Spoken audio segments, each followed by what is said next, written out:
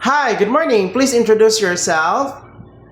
Hi, good morning, sir, ma'am. My name is Christine Marie. I am 36 years old and I am married. I have four kids. First boy, 15 years old, and second is 13 years old girl, and 5 years old boy and 3 years old girl.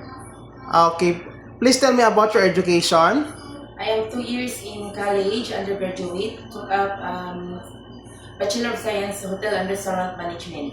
Okay, how many brothers and sisters do you have? I only have one brother and I am the eldest. Okay, please tell me about your working experience. My work experience is in Saudi Arabia as domestic helper 2016 up to 2018. Finish contract. Yes. What are your job duties? My job duties is taking care of the children, age newborn, 2 years old, 6 years old, 9 years old, 10 and 12 years old.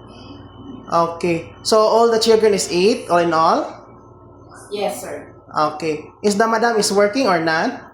No, she's in the house. Okay, so you share job with the madam, right? Yes. You're the only helper in the house? Yes, yes, sir. Okay, so next, any experience? Did you work in Hong Kong before? Yes, in Hong Kong, finished contract also since 2019 up to 2021.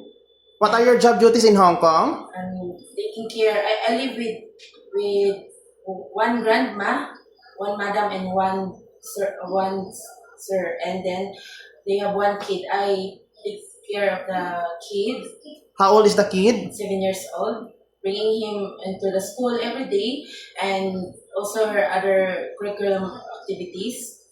And then, Did you cook in your employer house?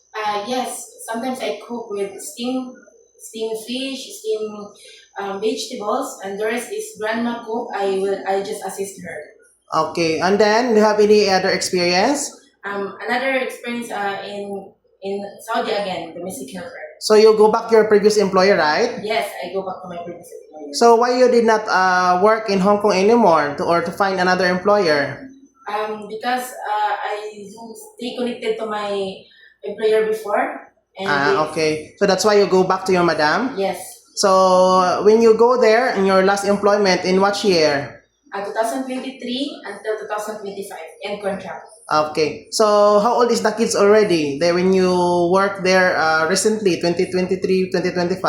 Yeah, the newborn before it, when I come back this current year the newborn is already 4 years old, and then 8 years old, and then the 13 years old, 17 years old, and then the 18 years old, 19 years old, and then the 21 years old. The eldest. Okay, so they are all big, right? Yes. Okay. So, do you know how to taking care of newborn baby? Yes, sir. If the baby is crying, what will you do? Well, first I will check the diaper. If it's wet, I will change it. And then if the baby's not stop crying, I will check the temperature, or I will sing a song, and then feed the milk. Why do you want to come to Hong Kong again? Because I want to earn more money and to support my family financially. And then, Who will take care of your kids when you work there in Hong Kong again? yes, my mother and my husband. Okay, so do you have a long patient for naughty children? Yes, I have long patience for the kids, like my own kids. Okay, so if ever you work again, so how can you avoid homesick? Well, to avoid homesick, I will just focus on my work, and then I will treat my employer as my family. And then I will have to tell myself that my kids need money. Okay, if ever the children is sick in Hong Kong, what will you do? Again, If ever the children is sick in Hong Kong, what will you do? first I will check the temperature, and then tell the parents to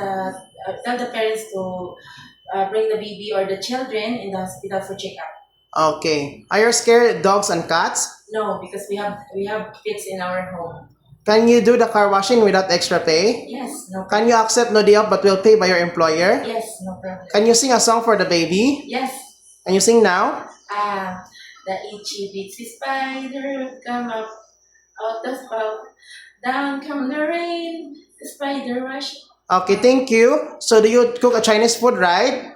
A little bit, but I'm willing to learn. Okay. So are you willing to cut your shirt before you come to Hong Kong? Yes, Can you assist ticket elder person and assist them all their needs if ever there is an elder person in your employer's house? Yes. Do you have tattoo in your body? No. Okay, lastly, what is your message to your future employer to hire you? To my future employer, if please hire me for your future helper. And then I am honest and cheerful person and a helpful person also. And you promise to finish your 2 years contract? Yes, I will promise to finish my 2 years contract. Okay, thank you. See you in Hong Kong. Thank you.